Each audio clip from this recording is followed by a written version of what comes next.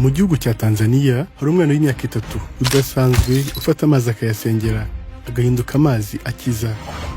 Ayo mazi ayifashisha akiza abantu indwara zikomeye ndetse zananiye abaganga. Si umuntu umwe yakijije ndetse si n'abantu 10 yakijije gusa, ahubwo amaze gukiza abantu benshi indwara zitandukanye ndetse amaze kumenyekana cyane kubera ibitangaza agenda akora. Igitangaje kuri we nuko mu gihe abandi bana bavukira amezi 9 we yamaze imyaka 3 mu nda ya mama we amutwite ndetse akaba yaramenye kuvuga neza afite amezi 7. Uyu ni mwana ki ukiza abasazi, abatavugaga bakavuga, agakiza kanseri, amashitani n'inyatsi.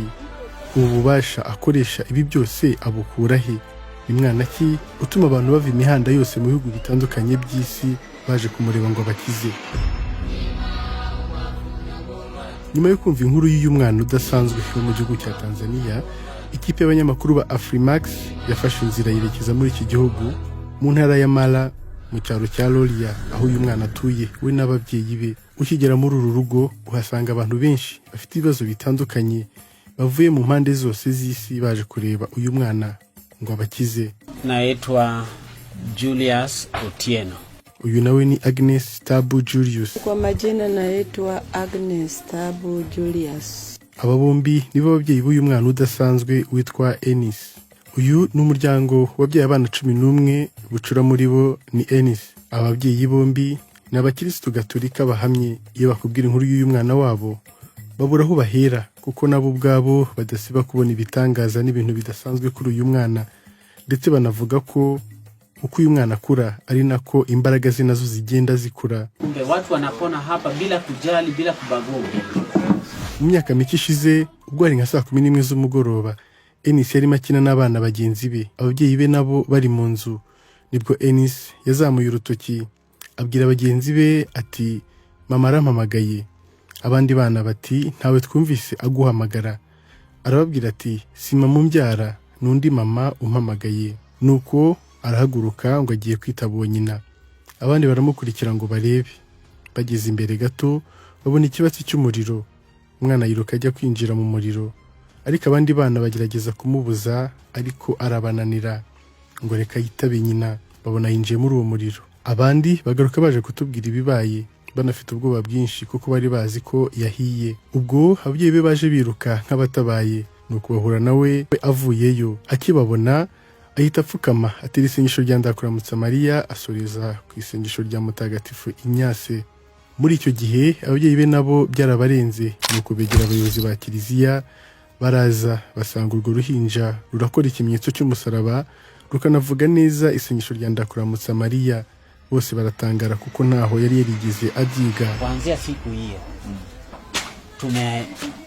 tunafanya yale maagizo yake. Mwanangu Yuni nimembeba tumboni miaka 3. Mama we yatubwiye ko kuva twita uyu mwana yumvaga bidasanzwe, ari nabwo yumvishemo ko atazaba umwana usanzwe, azaba igitangaza mu buzima bwe. Uyu mwana Nise ni umwana wanjye wa 11. Inda ye nayimaranye imyaka 3. Nagize igihe cyo kubyara njya kwa muganga, mama igihe biranga, banyohereza ahandi biranga, ngaruka mu rugo. Ngiye kumva umunsi umwe mbona ndabyaye nta kibazo. Mu nkuru ndende mama we yatubwiye ko mu mwaka wa mbere amutwite yajyaga mwumva akina mu nda, nuko nyuma aza kumva atagikoma ahubwo atangira kujya aribwa cyane mu nda.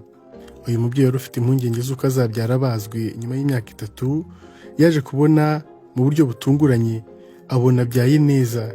Iki ntiwabura kucyita igitangaza cya mbere.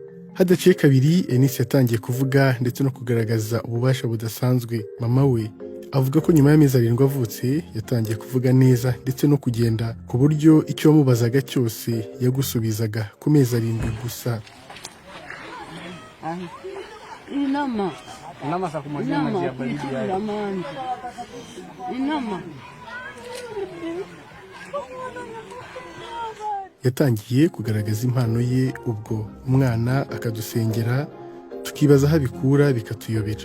Umwana agasenga tukabona urumuri rwinshi ruraje ruramugose, ubutaha yasenga tukabona umuriro uramugose ariko ntashye. Uyu Enis ni umwana watangiye kubonekerwa na Bikira Mariya akiri muto, ndetse akaba ari nawe yita umubyeyi we nyakuri, naho Yezu akamwita musaza we. Kaka yako ni nani? Yesu. Yesu. Mama ni nani? Bikira Maria. Usanga abwira kenshi ababyeyi be ko we atari uwabo, ahubwo ko ari uwa Bikira Mariya. Se umubyara yagiye abona kenshi ibi bitangaza by'ibonekerwa biba kuri uyu mwana we, ngo ndetse mu gihe gito gitambutse nabwo Bikira Mariya yaramubonekeye ari kumwe n'abana bagenzi be. Bo bakumva babwira ngo yitabye mama we, ariko abandi bakamusubiza ko batari kumwumva amuhamagara. Amemwambia yule babu, unamuona huyu ni kaka yangu na huyu ni mama yangu. Si ubwa mbere mu mateka ya Kiliziya havugwa iby'amabonekerwa, nubwo yose atemejwe na Kiliziya, ariko menshi muri yo ahurira ko Bikira Mariya abonekera abana bakiri bato. Twabura kuvuga abana b'i Fatima muri Portugal bari bafite hagati y'imyaka 7 n'10, i Lourdes mu gihugu cy'Ubufaransa aho Bikira Mariya yabonekeye umwana w'umukobwa w'imyaka 14, Enis, ntawabura kumwita umwe mu bato cyane babonekewe na Bikira Mariya, ndetse bakanakora ibitangaza bitari bike mu maso y'abantu.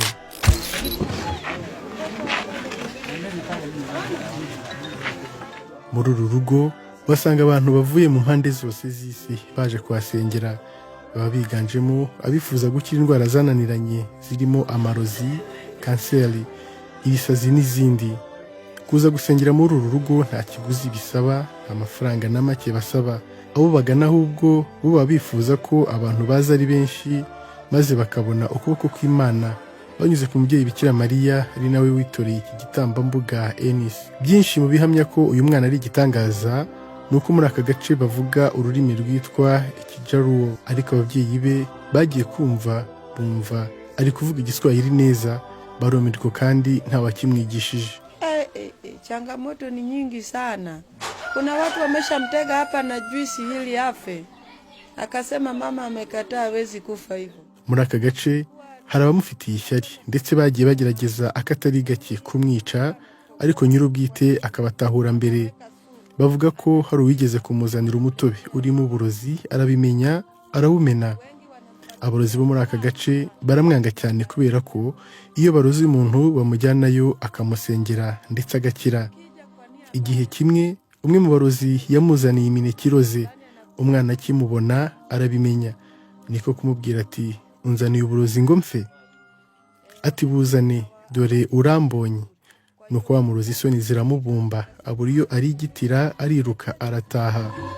Iyi ntara ya Mara iherereye mu majyaruguru y'igihugu cya Tanzania, ikaba ihana imbibi n'ibihugu bya Kenya na Uganda. Aha ni naho habarizwa parike yashyizwe na UNESCO mu cyitwa UNESCO World Heritage. Iyo nta yindi ni pariki ya Serengeti, ikaba imwe mu zicumbikiye inyamaswa nyinshi cyane zirimo impara n'imparage. Si ibyo gusa kandi kuko iyi ntara ari nayo ikomokamo perezida wa mbere w'iki gihugu witwa Julius Nyerere. Uyu nawe akaba ashobora gushyirwa mu rwego rw'abatagatifu na Kiliziya Gatolika mu gihe kidatinze. Aka gace k'ibibaya n'imisozi icinyiye neza ni naho umubyeyi Bikira Mariya yabonekeye uyu mwana Enis. Enis twageze iwabo yarayabonekewe na Bikira Mariya, atubwira ubutumwa yamuhaye. Tujenge nyumba. Amekwambia ufanyaje? Nyumba ya jiwe. Mama Mariya twabonanye ejo hashize yarambwiye ngo tumwubakire inzu y'amabuye, ngo kandi tujye dusenga. Musaza wanjye ni Yesu, naho mama akaba Bikira Mariya. Amazi nkoresha nkiza abantu mbanza kuyasabira umugisha, maze abarwayi nkabavura nyabamenaho, mu kwizera bagakira. Papa we ni umwe mu baba muri hafi cyane, tubwiye uko aba ameze mu gihe abonekerwa. Tukaenda mlimani. Ati rimwe yigeze ajya mu iyerekwa rye, adusaba kumujyana ku musozi uri hakurya iriya, arimo urugendo rurerure. Tugeze mu nzira, ni ese twakwicaye kuri uyu musozi wa hafi? Umwana arabyanga ngo si wo nyina yamweretse. Twaragiye turaruha. Ni ahantu haba inzoka z'ubwoko bwose. Tujya hafi y'urutare rwari hafi aho. Asaba ko mwegeza hirya gato, ubundi ngasubira inyuma nkamuha umwanya we. Ibyantegekaga byose niko nabikoraga. Igihe cyarageze turataha, hari nka saa 8 z'ijoro. Tugeze mu rugo, umwana wo kuryama atangira kuririmba. Ariko iyo yaririmbaga twumvaga hejuru ye hari imbaraga nyinshi zihinda cyane. watega amatwi neza ukumva n'abantu benshi bari kuririmba. Ubwo mu kuva kuri wa musozi hari ibuye yampaye, arambwira ngo nditahane, ngo azambwira ibyaryo tugeze mu rugo. Nibwo yaje kumbwira bukeye bwaho ngo iryo buye rigomba kubaka ingoro ya Bikira Mariya, ngo ntashaka ingoro yubakishije amatafari. Aha hose twarahagiye turahagera, turahibonera n'amaso yacu.